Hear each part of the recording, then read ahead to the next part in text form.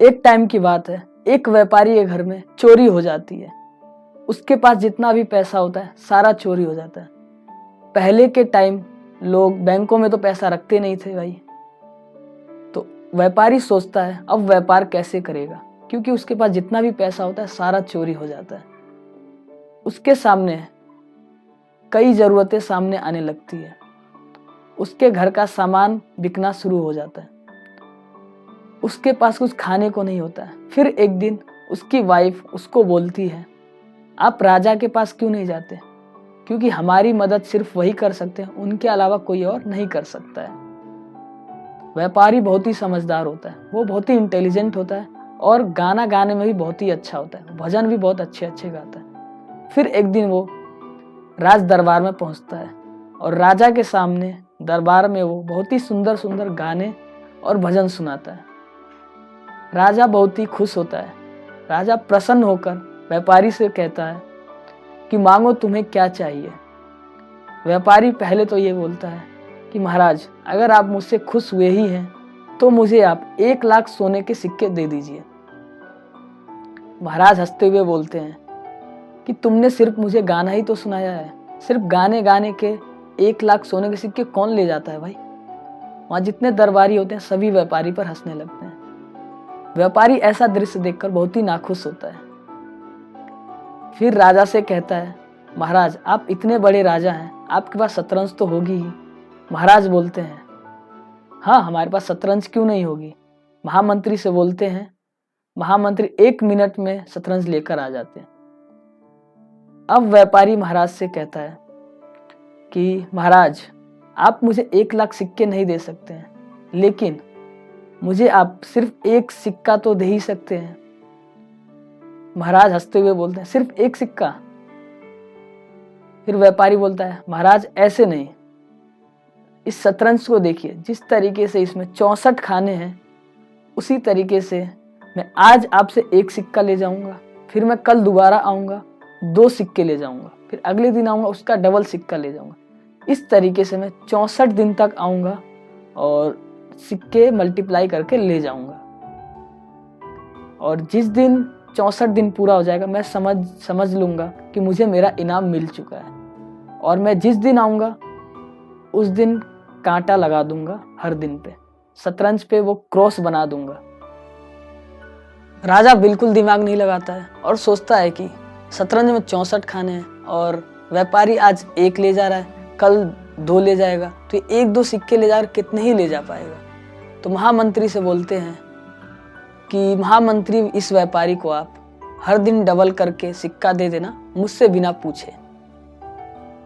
तो अब व्यापारी को जहां पहले दिन 1 सिक्का मिला, दूसरे दिन 2, तीसरे दिन 4, पर 23वें दिन कुछ ऐसा होता है कि राजा भी घबरा जाता है। महामंत्री उसके पास भागा भागा जाता है, उसके पसीने छूट रहे होते हैं, उससे कुछ बोला नहीं जाता है। महाराज बोलते हैं, क्या हो गया, किसी ने हम पर हमला कर दिया है क्या। महामंत्री बोलता है, नहीं महाराज, हमारा राजकोष पूरा खाली हो चुका है, हम लुट गए, हमारे पास अब कुछ भी नहीं बचा है। महाराज बोलते हैं, किसने चुराया है। महामंत्री बोलता है, महामंत्री किसी ने चुराया नहीं है। आपको याद है आज से 23 दिन पहले एक व्यापारी हमारे यहाँ आया था और उससे आपने वचन किया था कि उसको 64 दिन तक हर दिन आप डबल करके सिक्के देंगे। तो उसे मैंने पहले दिन तो 1 दिया, दूसरे दिन 2, तीसरे दिन 4, चौथे दिन 8, 5वें दिन 16 और 6ठे दिन 32 और 7वें दिन 64। राजा बोलते हैं, और सिक्कों का क्या। महामंत्री बोलता है, महाराज आगे सुनिए।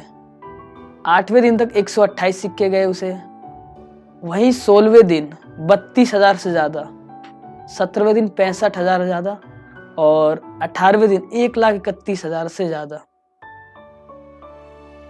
22वें दिन तक मुझे लगा कि मैंने 20 लाख दिए, पर अभी भी मैंने देखा हमारे पास अभी भी सोना काफ़ी बचा है। लेकिन 23वें दिन कुछ ऐसा हुआ आज, इसीलिए मैं आपके सामने आया हूँ। आज उसे 43 लाख से ज़्यादा सिक्के गए हैं और वो कल फिर आएगा और उसे 80 लाख देने हैं हमें। लेकिन हमारा राजकोष पूरा खाली हो चुका है, हम कहाँ से देंगे। उसने हमारे साथ कुछ साजिश की है। अब राजा को रात भर नींद नहीं आती है। अगले दिन व्यापारी फिर आता है दरबार में। महाराज बोलते हैं उससे कि आप बहुत ही ज्ञानी व्यापारी हैं, मैंने आपसे जैसा वचन किया था हर दिन डबल करके दूंगा, लेकिन हमारा पूरा राजकोष खाली हो चुका है और हमारे पास अब इतने सोने के सिक्के नहीं हैं कि हम आपको और दे सके, और ना ही पूरे राज्य में इतने सिक्के हैं। तो मैंने पूरे दरबार के सामने एक वचन दिया था, तो वचन पूरा करने के लिए मुझे मेरा आप सिंहासन ग्रहण कीजिए। तो आपने देखा इस कहानी में राजा को जहां पावर ऑफ कंपाउंडिंग का बिल्कुल पता नहीं था, लेकिन व्यापारी इतना इंटेलिजेंट था, उसको पावर ऑफ कंपाउंडिंग पता था, इसलिए उसने 1 लाख ना चुनकर हर दिन डबल करके 64 दिन तक वो चुना। अगर मैं आपसे आज ये क्वेश्चन पूछता हूं कि आज मैं आपको 10 लाख देता हूं अभी, या 1 रुपये आज देता हूं और कल 2 दूंगा, फिर उसके बाद 4, मतलब डबल मल्टीप्लाई करके देता रहूंगा 64 दिन तक, तो आप क्या चुनेंगे? ऑब्वियसली आप यही चुनेंगे कि 1 का डबल मिल रहा है। लेकिन ये सेम क्वेश्चन जब वीडियो शूट करा था उससे पहले मैंने अपने दोस्तों से पूछा, तो उन्होंने यही चुना कि 10 लाख रुपए, क्योंकि 1-2 रुपये 64 दिन में मिलेगा, मैं कितना ही मिल पाएगा पैसा, तो वो 10 लाख चुनते हैं।